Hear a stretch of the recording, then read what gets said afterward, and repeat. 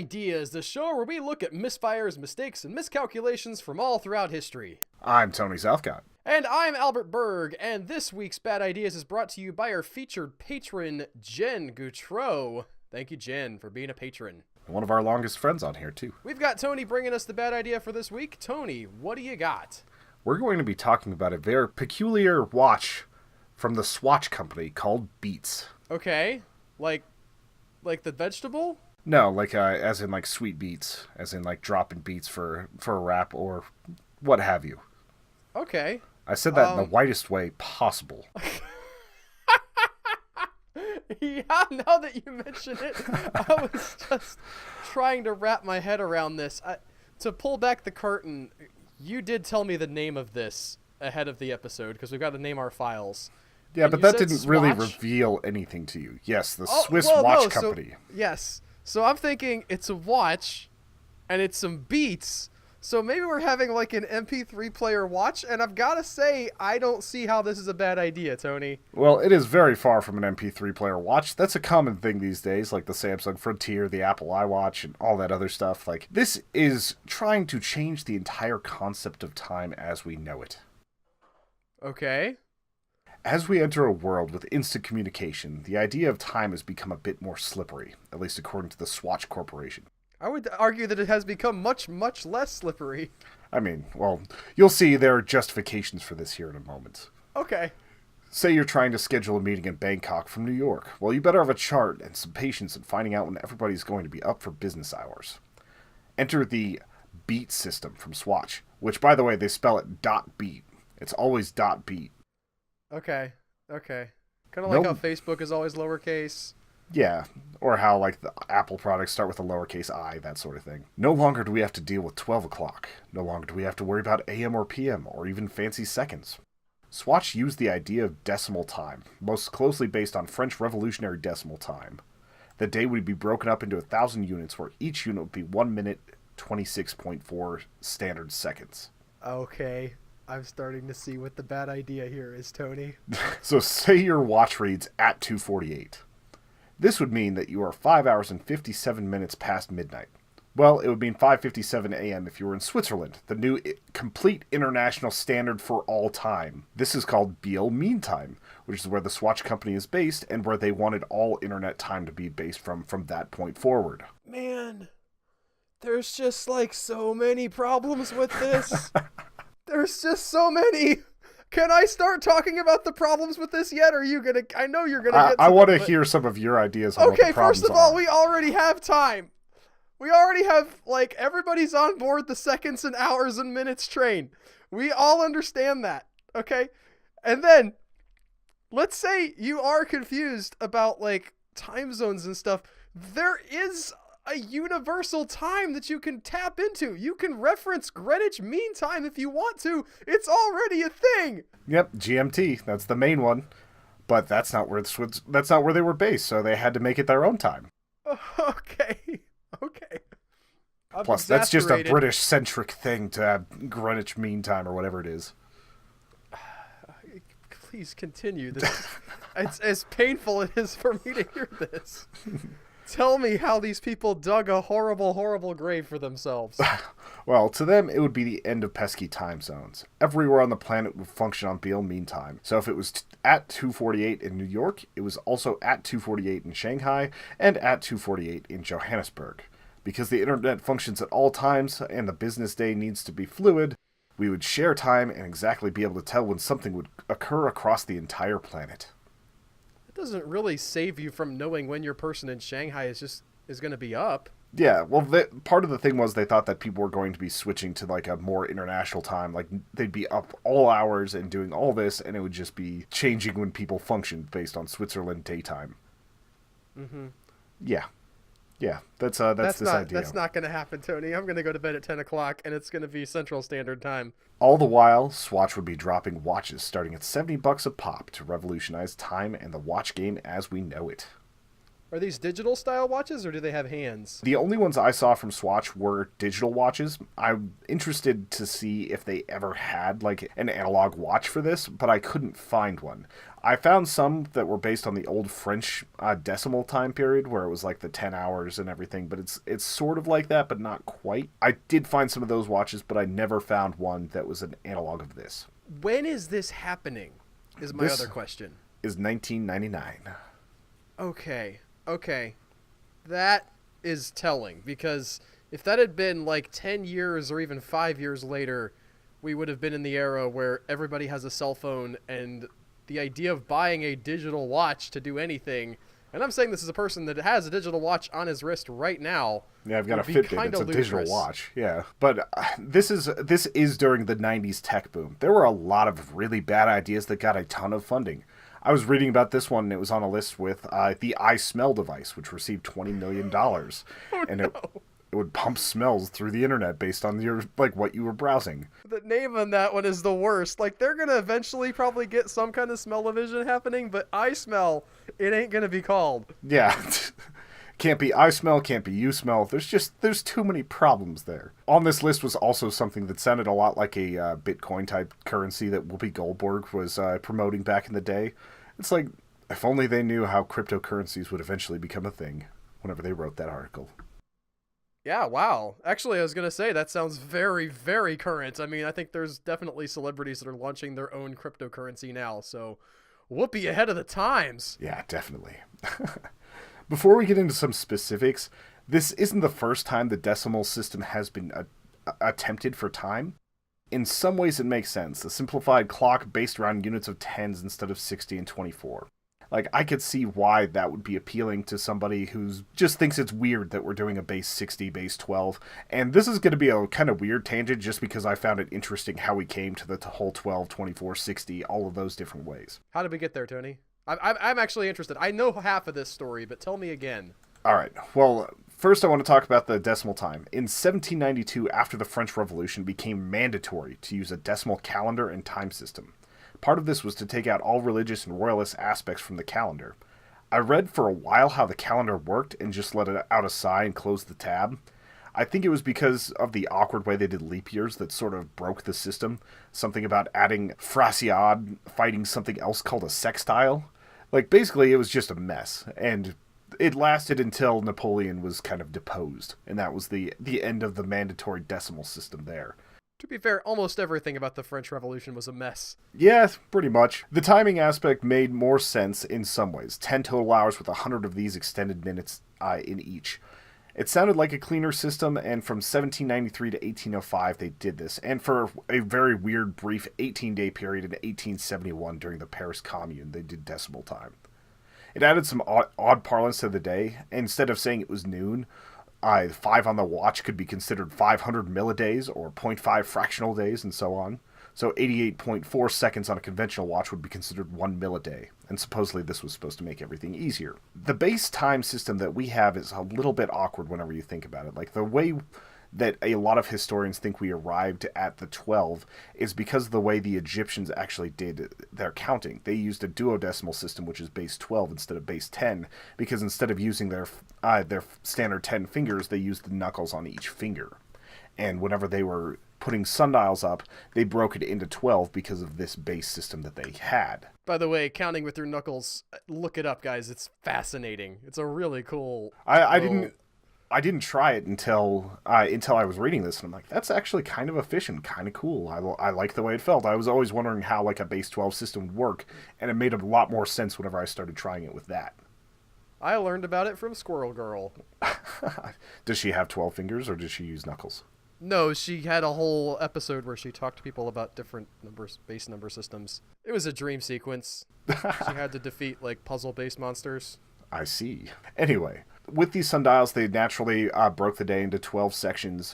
And at night, it was generally measured by tracking 24 stars in their general position. Sometimes it was up to 36. Eventually, a device called a clepsydra was used, and it was basically a funnel that used water pressure. At the top of the funnel, you had the greater amount of water, and as the water pressure eased up from less water being in there, it slowed down, and you basically were able to make this 12-section funnel that made it so that the night cycle was evenly divided.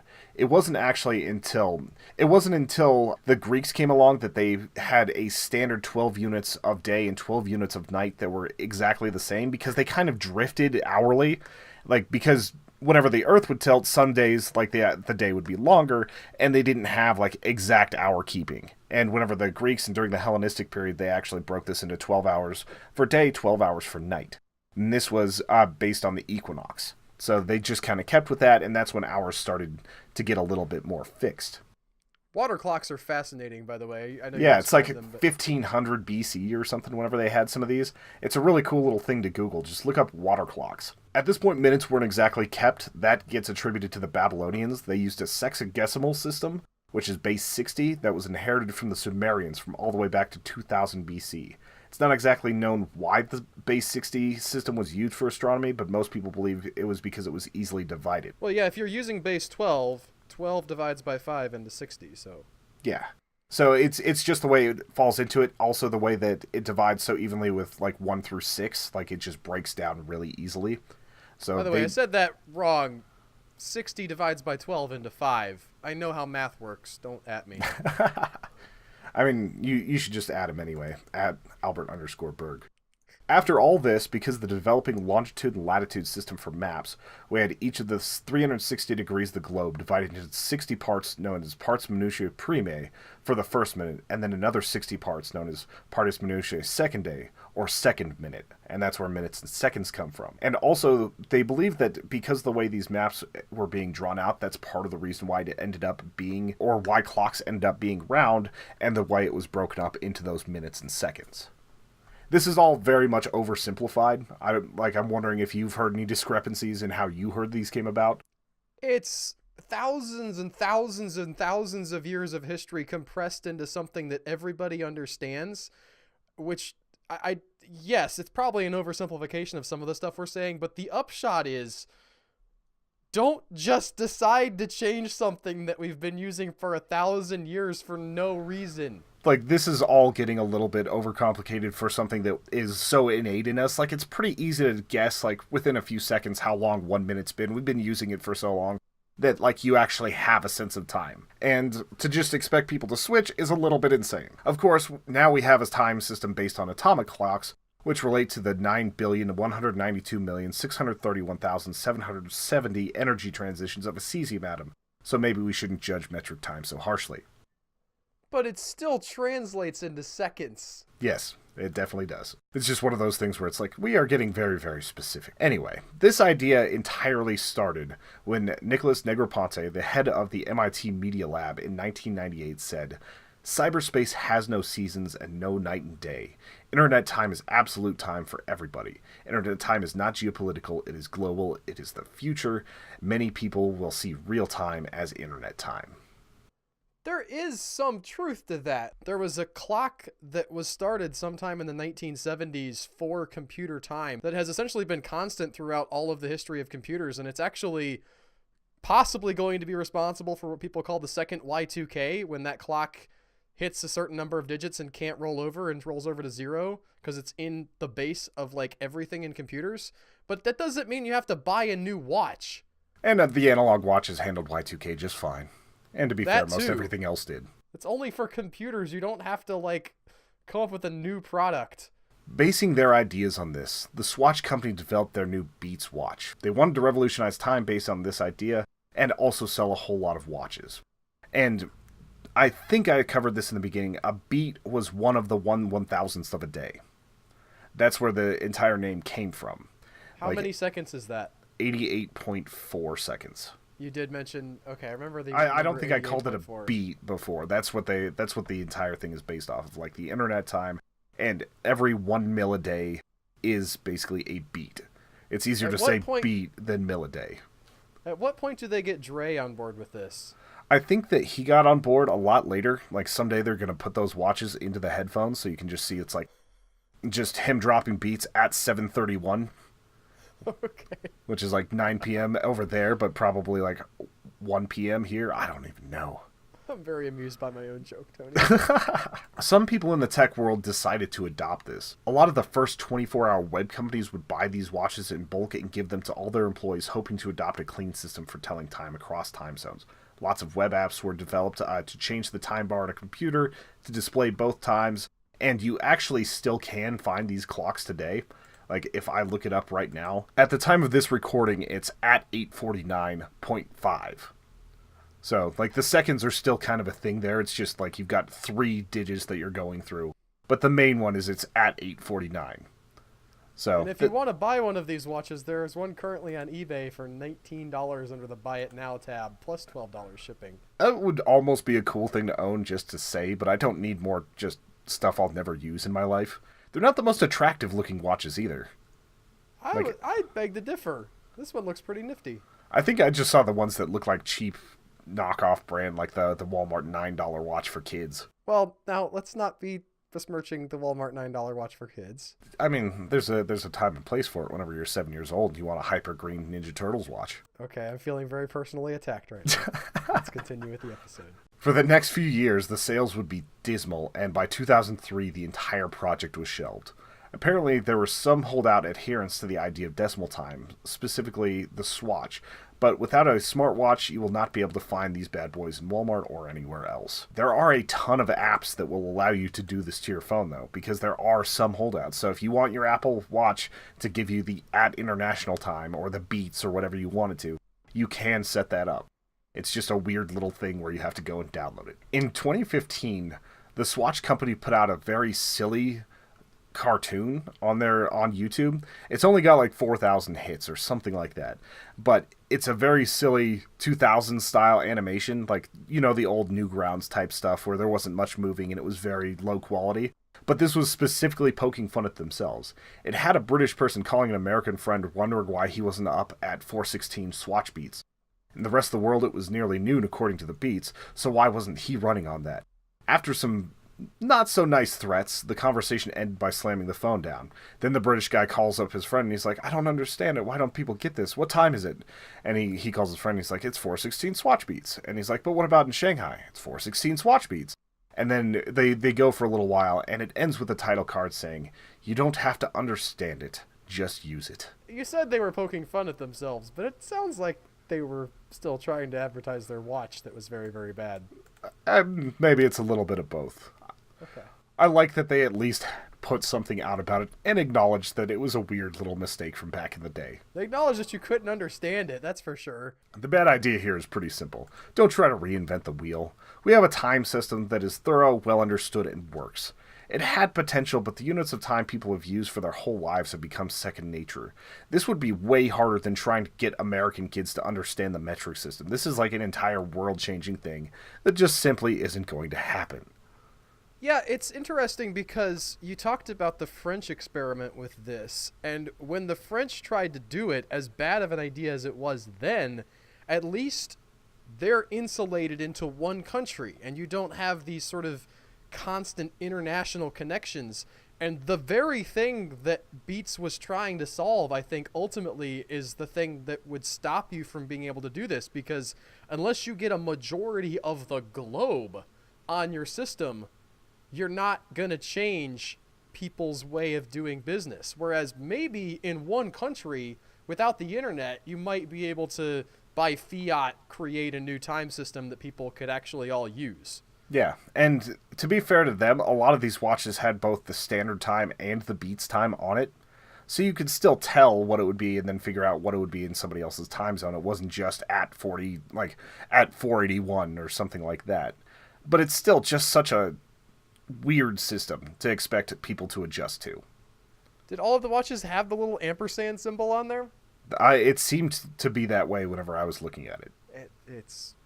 I've already elaborated why I think this idea is terrible, Tony. People couldn't figure it out for themselves, but I'm just kind of still in shock. I think that's everything I have to say on this particular watch. I was trying desperately to find quotes from CEOs and like executives from Swatch, but I think they just kind of let it die and didn't say anything about it. Like, there were a few people talking about how it was a great idea, but those weren't people from the Swatch company. So I was a little disappointed I couldn't find that, but I think that's the sum of this idea as we know it. Well, at least they were smart enough to let it go when it was time. Yeah, they only pushed it for a few years. A few people were saying that if they would have put the infrastructure and really pounded that advertising, it probably would have taken off. I don't believe that. But hey, they tried something new. They probably sold a fair amount of watches. Well, that'll do it for this week, folks. Thank you so much for listening. If you like the show, tell a friend about it at whatever time that you feel like telling them, on whatever time scale that you guys are using. If you have a bad idea that you'd like us to cover, send it to badideasshow@gmail.com, or if you're watching on YouTube, you can leave it as a comment or tweet us at Human Echoes. All of those are good ways to get a hold of us, and we will see you guys next week with another episode of Bad Ideas. Have a good one. Bye.